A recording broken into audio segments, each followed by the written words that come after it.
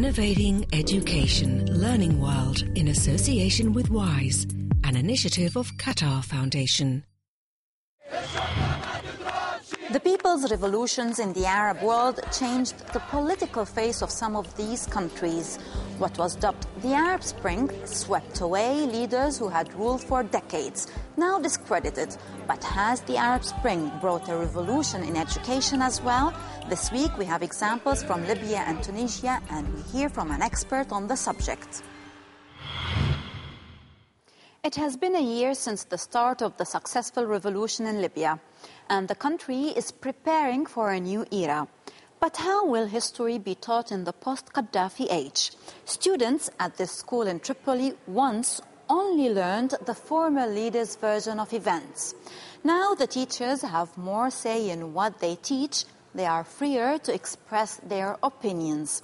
But the students believe many things still need to change. Over the last 10 months, young Libyans have transformed this country, learning to peacefully demonstrate, but also learning to use heavy artillery. These same young people were educated by Gaddafi's own brand of history, and as they seek to build a new future on the ashes of the old, Learning World comes to Tripoli. Every tyrant has his end. Gaddafi had the power to do so much for his country, but he didn't want to. In terms of the curriculum, most of it's the same. I've received themes for the curriculum, but the history books haven't arrived yet. There should be a study analysing and documenting the facts, the history of the revolution, not just the end of Gaddafi. At the moment, in terms of the end of Gaddafi, there are no lessons where we teach about his final moments specifically. But one thing has already changed. Teachers and school administrators feel now free to talk and to teach in accordance with their opinions. In my professional life, I regret, as a humanities teacher, having had to teach Gaddafi's propaganda and fabricate my personal opinions which went against our reality. I regret it completely. I used to teach the Green Book system. I used to teach it despite the fact it was all lies, despite the fact it contradicts religion itself. When kids ask me a question, I think to myself, how do I answer? Sometimes I'd have to reply with a blatant lie. Even our teachers saw mistakes as a result of this system, but they weren't allowed to change anything. In the higher administration, we'd see mistakes from the previous Gaddafi education ministers. We'd comment on it socially amongst our friends, but we couldn't change it either. But now we can. My voice can finally be heard. Speak out and believe in the future. That's what Libyan students want now.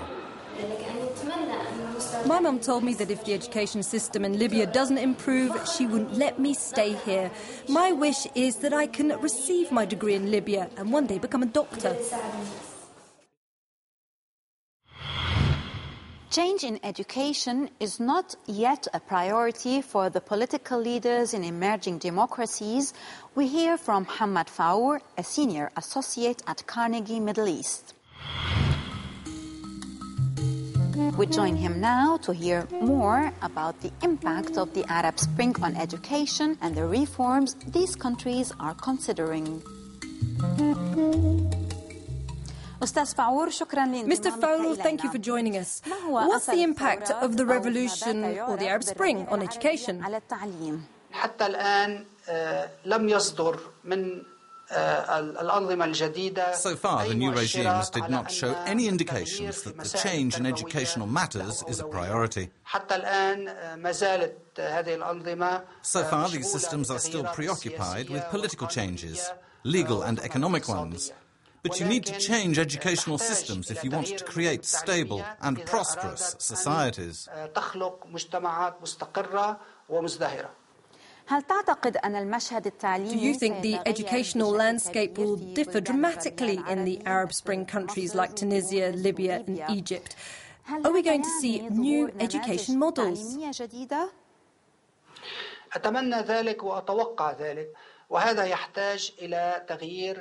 I hope so, and I expect that. We need young citizens who can have a political participation in the democratic system, which is in the process of evolution. We need responsible citizens who understand their rights and duties. and understand how to defend their rights and how to be committed to their duties. We need creative people, capable of critical thinking, free and independent thinkers, who are able to solve problems and also able to be global citizens, not just local ones.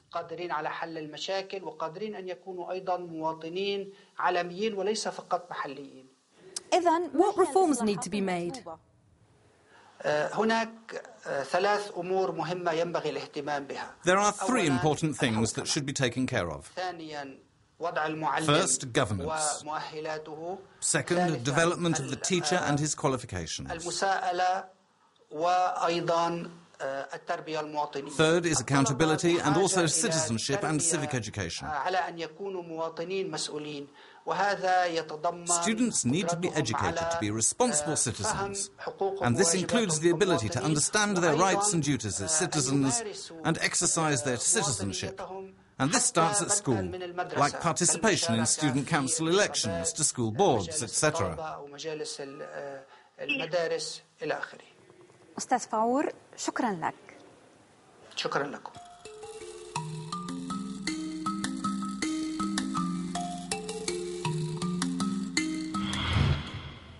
As we've just heard, civic studies are important for young people in Arab countries. That is what this project in Tunisia is promoting. In this report, we follow students organizing democratic elections amongst themselves. It is one way to prepare Tunisian young people to be active members of society and to share their responsibility in decision-making.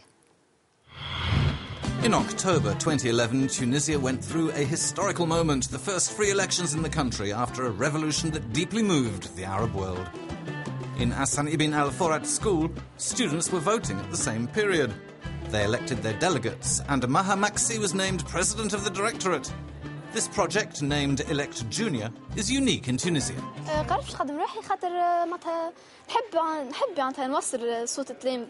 I was a candidate because I want the voices of my fellow students to be heard. You know, before, students were just students. It wasn't possible to give your opinion.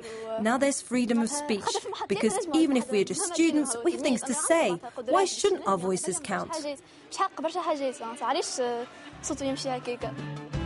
This project would not have seen the light of day without the help of the Junior Chamber International. It's an association of young citizens who initiated the Elect Junior project.